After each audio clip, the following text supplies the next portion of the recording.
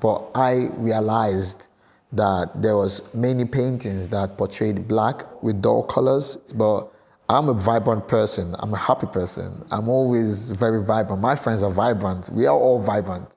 And then I asked the question, like, what if blackness is the brightest thing in the room rather than the dullest thing in the room? What if our experience is so bright that we are always being noticed, you know?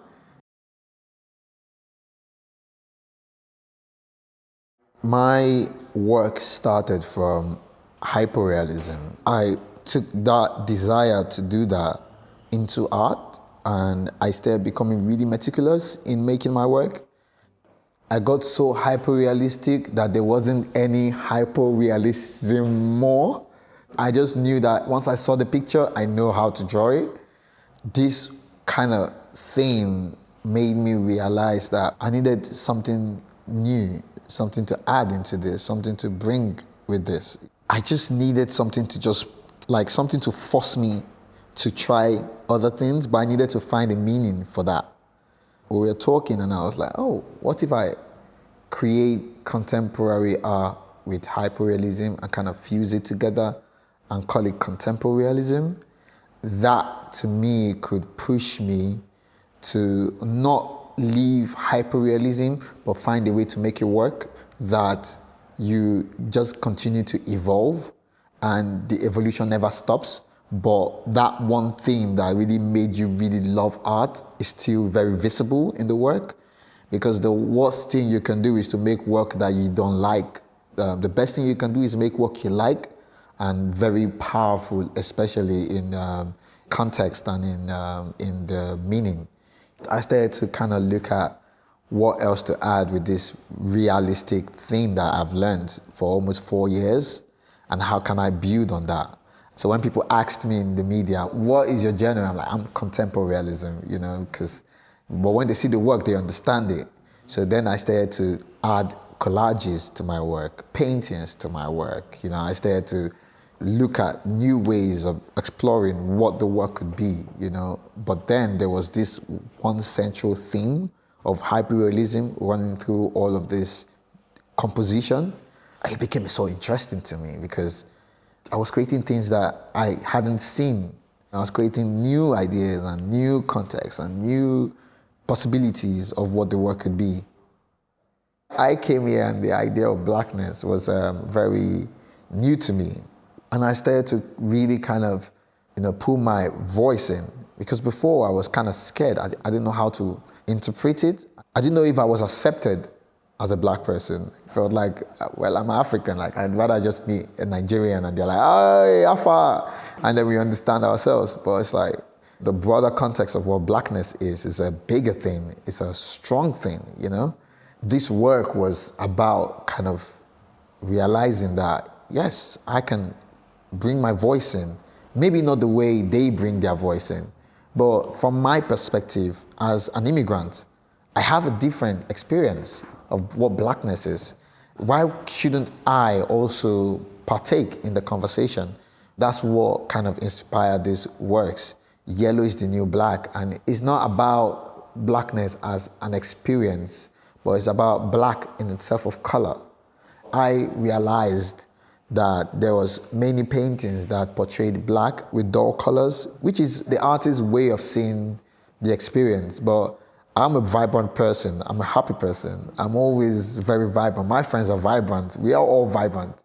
And then I asked the question, like, what if Blackness is the brightest thing in the room rather than the dullest thing in the room? What if our experience is so bright that we are always being noticed? It might not be a bad thing. It might be a good thing. So I started to think, what's the brightest color that the human eye can see? It's yellow. If you look at the visible spectrum, the brightest color is yellow. That's why yellow is used in taxis, signboards. So yellow is so catchy and so vibrant. And I was like, you know what? I think I should paint my experiences as vibrant as this. I should talk about being seen, even in a space that feels like you are very disconnected or you don't know much about that space.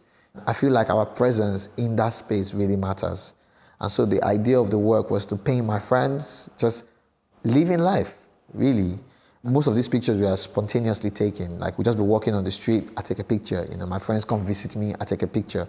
I see a girl on the train, I take a picture. Those simple, random moments are so powerful, and I try to represent them as powerful as they are, because they kind of simple, normal moments kind of tell our whole story in a very unique way. And then the installation, which is 420 mirrors. I wanted the audience to kind of transform the space so that we understand that being in a space like London, we are not just being transformed by the space, we are transforming the space as well. And that's what the mirrors were for. Just your presence there. You don't have to talk, you don't have to say anything, just walk in and the whole space is transformed by your presence. That context was what I wanted to bring into the installation, and it's called Right Here, Right Now. So I wanted people to just experience being present in that space, the same way most of these paintings are kind of present on the canvas. And this is not canvas as well, this is Akwete fabric. Coming over here to London, evolving my practice, I started to see that my works were more about people living here. I started to kind of leave things from Nigeria, and I wanted to kind of connect it to Nigeria in some way. I wanted to still bring my tribe, my hometown, my village back into the work. The best way I could do was to go to the Akwete village in Abia State and met these incredible women who make this fabric handmade, and they made a lot of the fabric for me. And then I brought them over here to London, and I started making paintings. So the back of the fabric, you see the design, the intricate design of the fabric. That's what I was trying to do, because I wanted the back of the work to also capture you as much as the front of the work. The fabric kind of represents ceremony. They use it for ceremonies, for celebrations. So it's almost like I'm celebrating these experiences. And using the fabric, using the acrylic, which is the background, the oil painting, which is where I bring the realism in play, all of the composition kind of comes together to make the work. The eye is a very interesting part of my work. While I was younger, I almost lost my eye. Now I'm calm. I used to be very rough back home. I think I gave my parents a lot of stress. There was a time I and my brother, we were playing in the house, and my brother was kind of chasing me. Like, I was upsetting my brother, and my brother got pissed off, and he was like, I'm going to deal with you today, And I was just running and running and running. And so I run into my parents' room, but the door handle, because it was dark, so I run in, and the handle spanked, pierced my eye. My eyes just started to bleed, and I almost got blind. She rushed me to the hospital. My dad was a medical doctor, so he kind of treated my eye, sewed it. They put a bandage there. I couldn't see for a while. And when I could see, my eyes, because of the sewing, was kind of like that. It was really big. So back in school, they would play with me and call me like Cyclops, My eyes became kind of like a center point in my life, that all my confidence, the love for myself was based off my eye. And I hated myself at that point, till my mom just started to kind of give me this encouragement that, the bigger the eye, the more you see the soul. Eye is the gateway to the soul. The bigger your eye, the more you see the world. And these are things that kind of encourage me to kind of look at my eye as something more positive than something negative for me. And so when I became an artist, that thing it just didn't stop. It was in my head. The eyes, the eyes, the eyes, the eyes. What I wanted to do now was, let me take the viewers or the people into the eyes. Not to see the eyes, but to enter the eyes. To feel like the eye is a different compartment, has a different layer to the whole experience, to the skin, to the body. And I want them to kind of almost like jump in. And in the process of jumping in, you get to realize that these people are actually real people. These are not made up faces or made up places. These are actually existing places. And you get to experience it by looking at these figures eye to eye. And just that connection, looking at people eye to eye is kind of difficult. You want to look down, look up, when you're having a conversation. But just that connection you have with the work for me, it's something really strong for me. And it is something I enjoy doing. I enjoy making works that have that. Many people might say, I don't want the eyes to look at me. It's too much. But it is human. I think there is a reaction that I like in that. Because then the work is so powerful that you think you don't want it because you react to it. And that's what the work is supposed to do. You are supposed to react to the work. You are supposed to react to it either positively, negatively, regardless. The work is supposed to push you to feel something. So I enjoy when people tell me that, it's too much eyes. Yes, you can't see it. I know you can see it because that's what the work is, making you feel something. It's making you feel either uncomfortable. That is an interesting feeling to have when you look at a painting. I have 2 phones. Everyone is like, why do you always have 2 phones, bro? One phone is to take all the pictures I need to take. The other phone is for chatting and all of that, you know? That phone I use to take pictures is always so important because that is the beginning of the work. Or maybe it jumps in the middle of the process. One thing that's going to be important, you know? So I go out with my friends, I hang out with my friends, I meet new people every day, and these are things I kind of capture in my work. So that painting beside you is called In Pursuit of Happiness. It reminded me, of course, of Will Smith's movie, In Pursuit of Happiness. But it came from a conversation I was having with Dami about life and how we are always constantly struggling to kind of be happy. And sometimes it feels unreachable. It feels so far. It feels so surreal as well, happiness. To be happy, to not have to worry about money, about stress, about work, about this, about that. That's a very strong journey to have. But we are always constantly searching for the happiness. And so the work In Pursuit of Happiness kind of came. And I and Dami, we were coming to this gallery actually on that day. And we were in the London Bridge station where the escalator is. We were almost at the top of the escalator and I could see down and it was so far. And all I could think of was, that's a journey. And I took the picture quickly to kind of talk about that journey we are kind of making to kind of reach happiness.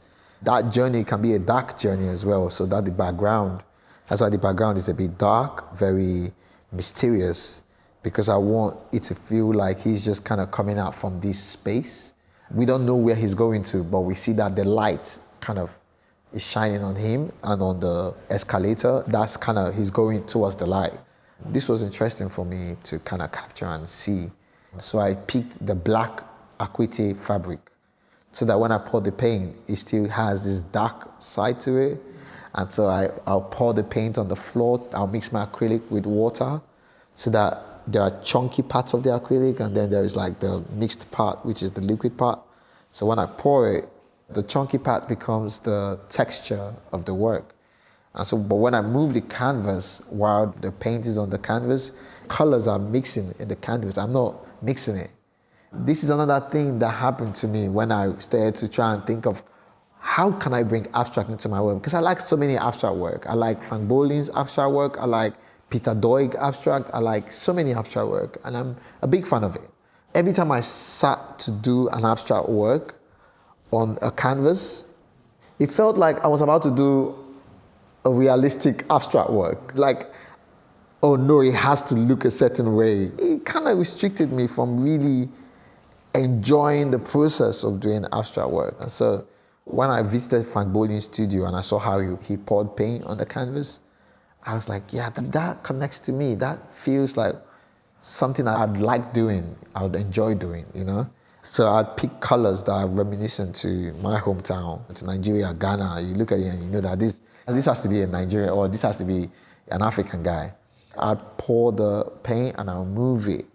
And every time I moved it with the music, with the sound, with my feeling, there is just something that happens in that process. Sometimes it's almost dry and I start to maybe scratch the canvas or, hit the canvas. I just kind of feel free to explore and express whatever I wanted to do with the canvas at that point. And it became a form of therapy for me because that moment was always therapeutic. I always have a ritual where I'm ready, get my stuff, get my material, rest, play my music. Once I feel it, I just start working on it, and nothing else matters at that moment till the work is kind of done. The one at your back is an amazing work I did of a girl that I did not know. It's called Girl on the Train, and I took a train from Seven Sisters to Victoria or something. She was really beautiful, but the way she sat, the whole gaze caught my attention, and I wanted to do a painting of it. She was getting down, so I asked her, "Hi, can I take a picture of you quickly?" She was like, "Why?" I was like, "I'm a painter. I just show her some of my work." I'm like, "I want to paint it." And she's like, "Oh, okay, sure." And she was like, "What do you need me to do?" I was like, "Just stay like that, exactly like that. Just look at the camera." She looked, and I just took a picture, and she was like, "Oh, my stop is here." She stood up and left. And I forgot to take her number, forgot to take her details, forgot to take her name. I didn't want to do the work at first, but then at a point, I just looked at it, and I love how anonymous she is. She's a big part of my experience now, but without even knowing who she is. And to some extent, that's what migration is all about. You come to a space, they don't know who you are, but they accept you. They accept you not because of anything, but because they want to accept you, and you come in and then beautify the space without them even knowing who you are. But slowly, you become part of their reality. You become part of their lives. So that's what the work kind of spoke to me. Like, this is a lady who I have no idea who she is, but I spent almost 3 weeks making a painting of her, and then having her take the spotlight in the gallery, and I don't still know who she is, but that's the interesting part of the work, I think. There's a painting inside the other room called It Feels Like Freedom. I and my friend, we were just chilling, just lying down on the floor, kind of talking about life. We just said, wow, man, life is great. But there's a moment where you just relax and you're like, yeah, good life. But then it's like 5 minutes and you're back to work. So that moment, it feels like freedom. It just feels good, feels important. It could be just relationship that we have with people that make us feel free. But that moment is something that we need to cherish. Because if you have more of those moments, you feel more alive. Rather than just being consumed with all the work that London is. Take some time and just relax and just breathe in and just enjoy what London is. Or enjoy that you are here at the moment. You are alive. You're free. This is called One Last Stop, and it's my journey to London and going through another place. If you're trying to do 2 stops, you can literally move this way before you move this way. Your journey is there, but you're going like that. And if you think of journey in the context of life, journey, you want to be the greatest person, but you have to kind of go through just a lot of stops to get to that one last stop. And that one last stop is worth all the stops you have to go through. So that's what the work is about. And that's what many of the works are kind of about.